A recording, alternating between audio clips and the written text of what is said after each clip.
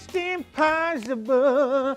It's an impossible world. Well, my next guest is on the program, my longtime friend, Charlie Farren. Charlie, it's been 10 years since you're on the program. Where the hell have you been? I've been really busy playing. I know you have, but couldn't you stop in and say hi to me once in a while? Well, I'm stopping in now. We do go to the same barber, by the way.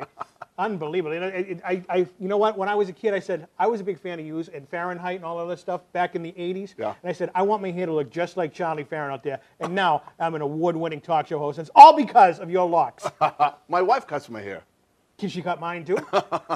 What's your wife's name? Give her a little plug out there for a barbershop. Mary Ann. Mary, you weren't on that island with her, were you? Yeah, she's just like that. Because everybody's a Mary Ann guy. Forget about Ginger. I know our camera guy over there, Dave. He's a big Gilligan's Island fan. He loves Ginger over there, but that's a different story for a different time. But Charlie Farren, all kidding aside, I'm a Mary Ann guy. You're an unbelievable musician. You've toured all over the world, from coast to coast and border to border, and all points in between. I have. And give us the 411. Big-time music career. What are some of the big names that you performed with? Well, my first national break came when Joe Perry left Aerosmith. I joined the Joe Perry Project. Right. And coincidentally, next month, I'm going to be doing 2 shows, opening for Joe's band. He's touring as Joe Perry and Friends. And then I'm going to sit in with Joe to perform a couple of songs that we wrote together. Is Jennifer Anderson going to be there? I don't know Jennifer. Well, she was on Friends. Oh, yeah. I'm just dating myself here today. But Joe Perry Project, that was an unbelievable music group down there. Now, I heard the rumor that he actually quit Aerosmith because he wanted to hang around with you. I don't think that's the way it went. I know exactly that's the way it went out there. But I was very fortunate to get that gig, and we toured with ZZ Top. You know how I knew that? How did you do Liv that? Tyler talks in her sleep. Oh, yeah. Yeah, so. So we toured with ZZ, with Rush, with Of course I Ozzy did. Osbourne. And, Did he really bite a bat's head off? I don't know. He's a nice guy. I liked Ozzy a lot. I'm not saying that's a bad thing out there. The people you meet all the time out there. Ozzy, if you want to come on the program and explain yourself, follow the information at the end of the clip. But you performed everywhere. I mean, I remember seeing you at the old Boston Garden. Yes, back 30-some-odd years ago. I was able to play there. That was fantastic. What is that like? You are from Massachusetts. You're from Malden, Massachusetts, right down the Yep. street. And what's that like as a musician growing up, being inspired by who? The Beatles, I'm assuming? Yep. And playing at the same venue that they did, the world-famous Boston Garden. It was a heady thing, and it was right before the last days of the Boston Garden. We played in a lot of the real iconic arenas around the country. We played at Maple Leaf Garden, for instance. In Toronto. In Toronto. Correct. All those big places. You know how I know this? I used to scalp tickets to your shows. Yeah. You have the F-Man. This is not the F-Man guitar, is No, it? this is not. I have a guitar that I designed, and I have the one that I made, the prototype, and then Dean Campbell American Guitars, built one for me, a professional one. I love the F-Man guitar.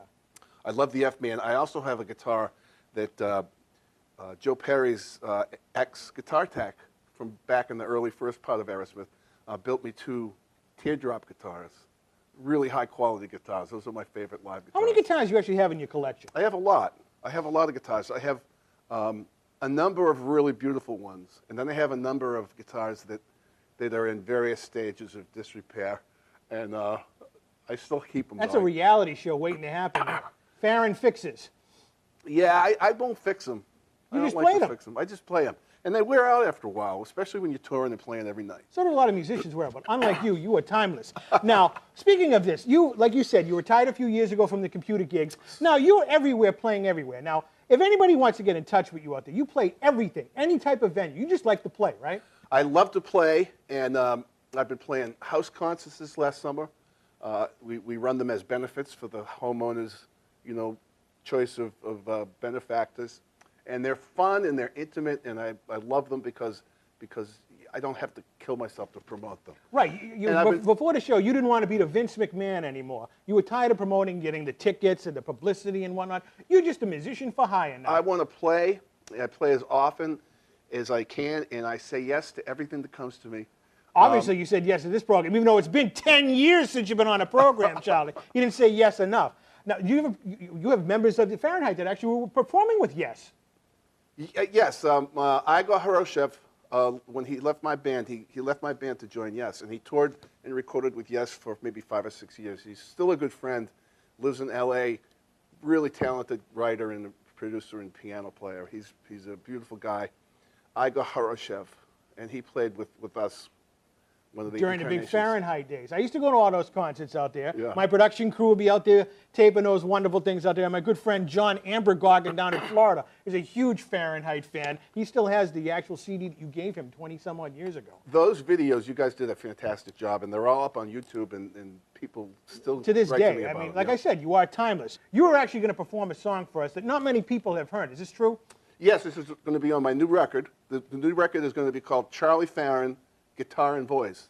And it features one vocal track and one guitar track, a nylon string guitar track. And it's a rock record. And I've really worked hard on the songs, and I've gone out and performed the songs. I started going out playing at open mic nights and coffee houses and just volunteering to come play. But this is the world premiere on television, correct?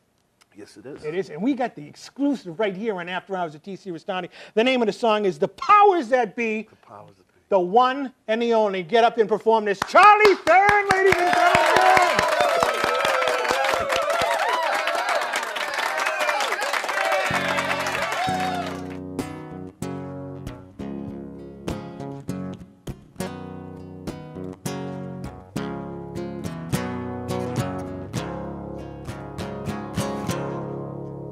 Lay down the law.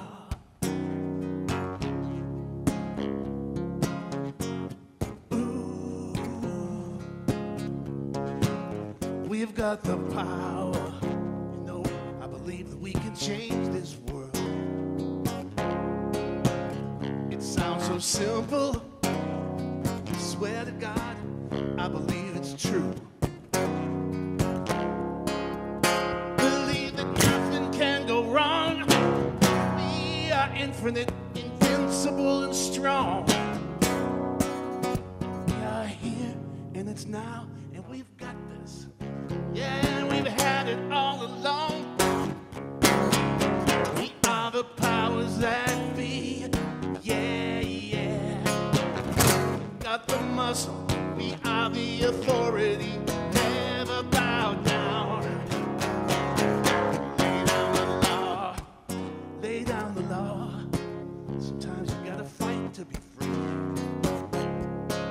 I'm not talking violence. No, the war we've got to win is in our hearts. The secret is that we've already won. Every moment, a new moment's begun. And every thought and idea is a miracle.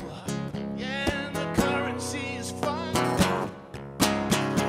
We are the powers that be. Yeah, yeah. Got the muscle. We are the authority. Never bow down. It's so surprising. There's no disguising. New world is rising. We are the powers that be. Yeah, yeah. Got the muscle. We are the authority. Never